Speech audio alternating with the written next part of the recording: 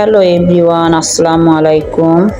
আপনাদের সামনে নতুন একটি ভিডিও নিয়ে হাজির হলাম। আজকে আমি আপনাদের দেখাবো আমার বারান্দায় আমি কি সুন্দর করে পুঁই শাকের গাছ লাগিয়েছি। আর আমার একটাই বারান্দা, সেই বারান্দায় আমি পুঁই শাকের গাছ লাগাইছি।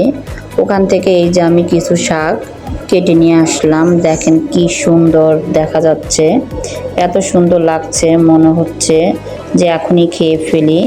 আমি অফ ক্যামেরায় শাকগুলো ভালোভাবে কুটে এবং আমি ভালোভাবে এই যে ধুয়ে নিচ্ছি, কারণ শাকগুলো ভালোভাবে না ধুলে বারান্দায় তো অনেক ধুলাবালি আসে, এইগুলো সম্পূর্ণ শাকের গায়ে লেগে যায়।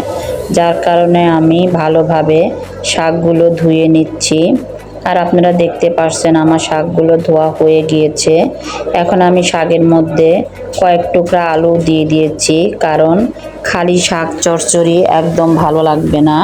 এখানে আমি ছোট মাছ দিয়ে চচ্চড়ি করব, তাই এখানে আমি হলুদ, ধনের গুঁড়া, লবণ এবং কাঁচামরিচ দিয়ে এটাকে আমি মাখিয়ে দেব। কিন্তু আপনাদের একটা জিনিস আমি শেয়ার করি, যাদের বেশি হাত পড়ে তারা অবশ্যই কাঁচামরিচটা এখন দিবেন না, কারণ এখন দিয়ে মাখালে পরে আপনাদের হাত জ্বালাপোড়া করবে। যার কারণে আমি এখানে কাঁচামরিচটা দেব না। এর জন্য আমি এখানে পরিমাণ মতো তেলটা দিয়ে দিয়েছি। তেলটা দিয়ে এটাকে আমি ভালোভাবে মাখিয়ে নেব।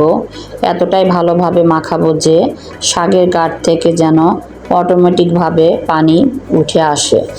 আর ভালোভাবে না মাখালে শাকটা একদম মসৃণ এবং নরম হয় না।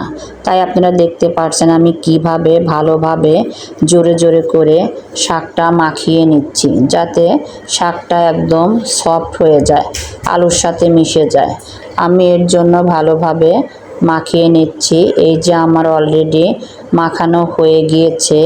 এখন আমি মরিচ দিয়ে দেব, কারণ মরিচ এখন দিয়ে দেব এর জন্যই কারণ আমার হাত জ্বালাপোড়া করবে না।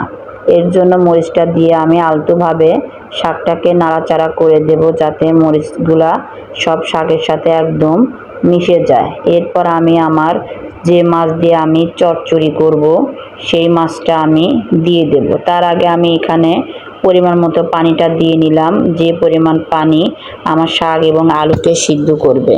আর এখানে আমি বলেই দিই, আজকে আমি ট্যাংরা মাছ দিয়ে শাক চচ্চড়ি করব। আর এটা হলো পুঁই শাক, যার কারণে ছোট মাছ দিয়ে পুঁই শাক চচ্চড়ি এত ভালো লাগে যে বলার মতো না।